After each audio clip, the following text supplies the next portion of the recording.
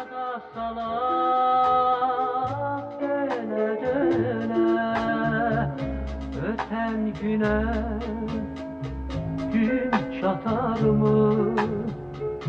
Çalasan da günü güne.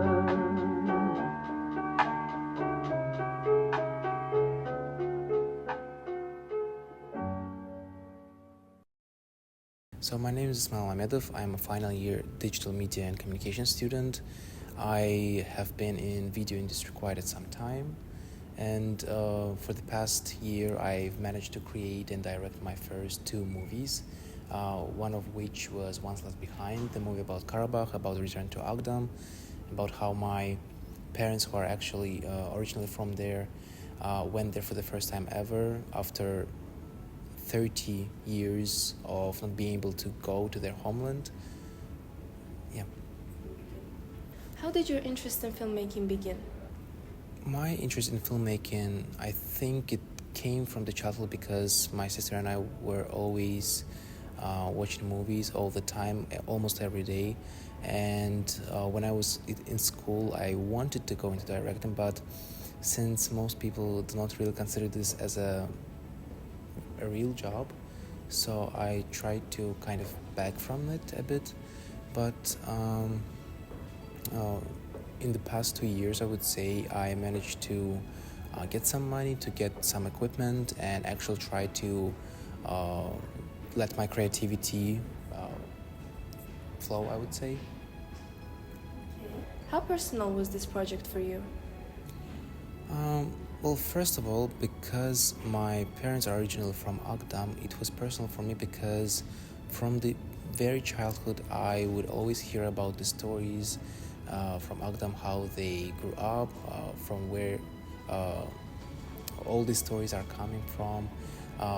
The place itself, like I tried to create them in my head, but I think what I lacked was visuals, because even like out in the internet you can't really find any good images, good videos from there, and I think going there and filming it actually helped me to see their lives as a whole. Okay. When did the idea of documenting your family's return to your homeland first came to you?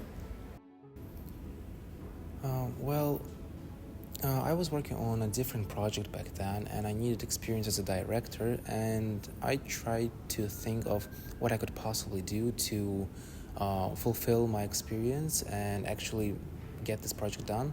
And then when I was over at my parents', somehow we again managed to switch topics to Karabakh and Agdam and their lives and their stories, and somehow it hit me in a way that since it is accessible to us now and we can actually go there and see Agdam ourselves, why not to film my parents' first return there?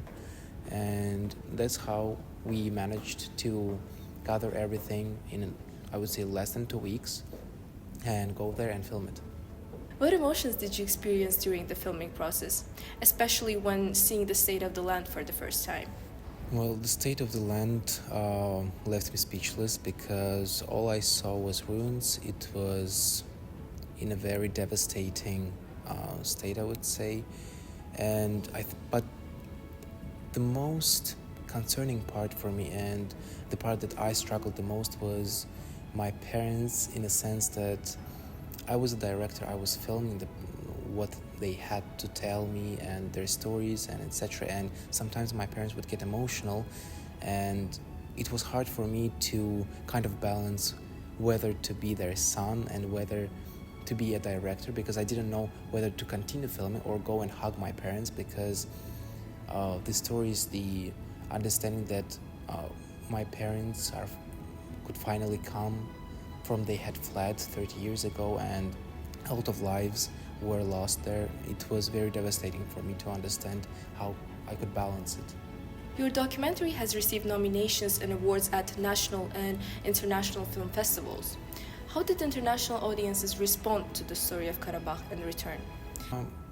Yes, I've got a lot of emails from different festivals from across the globe, starting with USA, ending with Nigeria, and which surprised me the most that this topic, this movie, raised a lot of interest across all the nations. I've gotten nominations as locally in Baku Film Festival, and as well I got nominations from Washington, from Japan, from China, from Korea, from Egypt, and many other countries.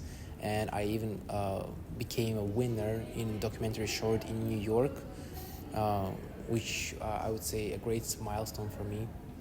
And what I liked the most within this story is that even though my movie itself reached out Armenian audience as well, it amazed me that their feedback was that this movie actually helped them to understand the other perspective as well, the other side of this story.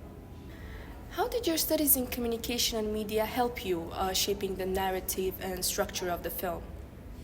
Within the digital media and communication course, I'd say that I'm really grateful that it kind of pushed my creativity to bloom, in a sense that we have had so many projects, so many classes, with many activities where we had to go and just push and do something, create something, and kind of helped me to actually make my first movie. And then ID University helped me to premiere my movie, to screen it, to let more audience to see this.